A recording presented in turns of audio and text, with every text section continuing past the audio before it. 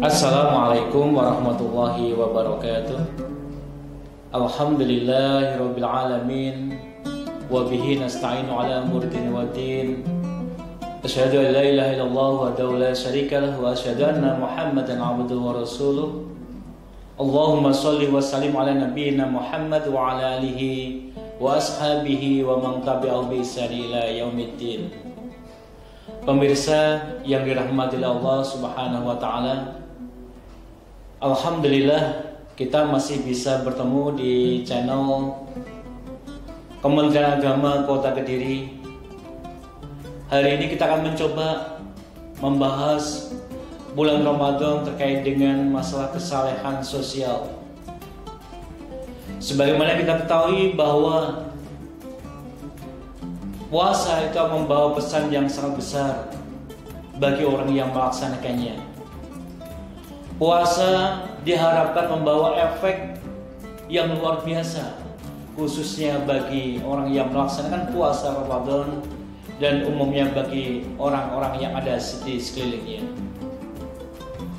Ada sebuah kisah untuk menginspirasi kita bersama, bagaimana Nabi Musa yang ketika akan dipanggil oleh Allah untuk menerima wahyu dari Allah secara langsung, ada seorang hamba yang abid, ahli ibadah, menghadang Nabi Musa alaihissalam sambil mengatakan, "Wahai Nabi Musa, tolong sampaikan pada Tuhanmu, kepada Allah, kira-kira ketika saya besok meninggal dunia, tempat saya berada di surga apa di neraka?" Kemudian Nabi Musa melanjutkan perjalanan, sampailah Nabi Musa bertemu dengan Allah untuk menerima wahyu dari Allah Subhanahu wa taala. Setelah menerima wahyu dari Allah Subhanahu wa taala, Nabi Musa alaihissalam menanya kepada Allah, "Ya Rabb, tadi hamba bertemu dengan seorang hamba yang abid, ahli ibadah. Dia bertanya, kira-kira ketika dia sudah meninggal dunia, besok tempatnya berada di surga apa di neraka?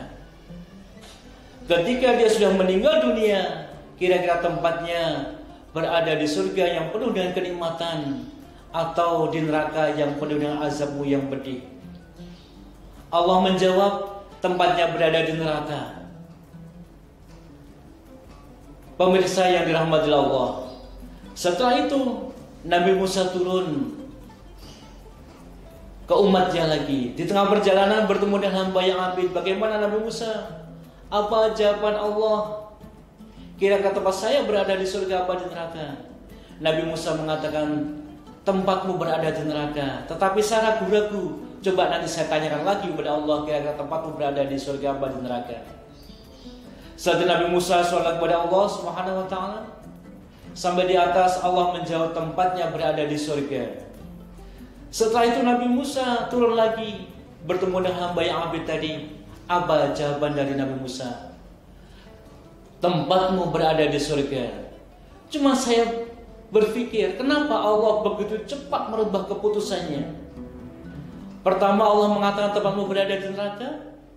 Kemudian setelah naik lagi yang kedua, Allah merubah keputusannya, tempatmu berada di surga. Apa yang bisa kita ambil dari kisah ini?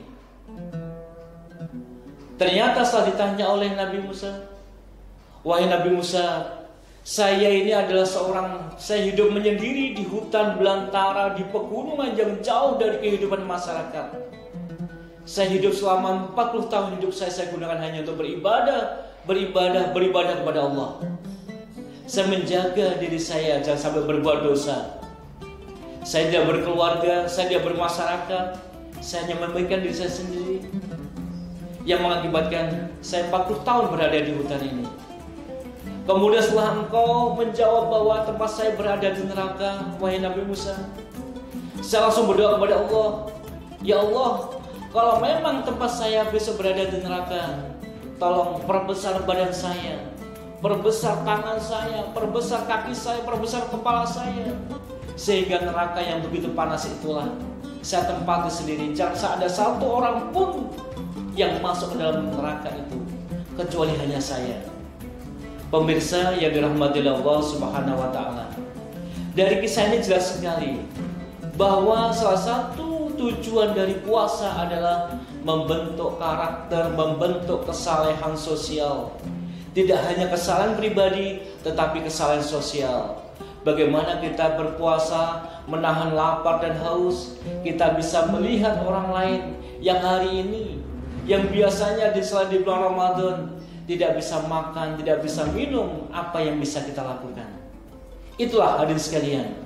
Oleh sebab itu, mari di bulan tersuci Ramadan ini kita wujudkan kesalahan pribadi dan kesalahan sosial untuk mewujudkan diri kita sebagai bentuk pengabdian kita kepada Allah Azza wa Jalla. Semoga Allah menempatkan kita di surganya Allah Subhanahu wa Ta'ala. Amin ya rabbal alamin. Sekian, wassalamualaikum warahmatullahi wabarakatuh.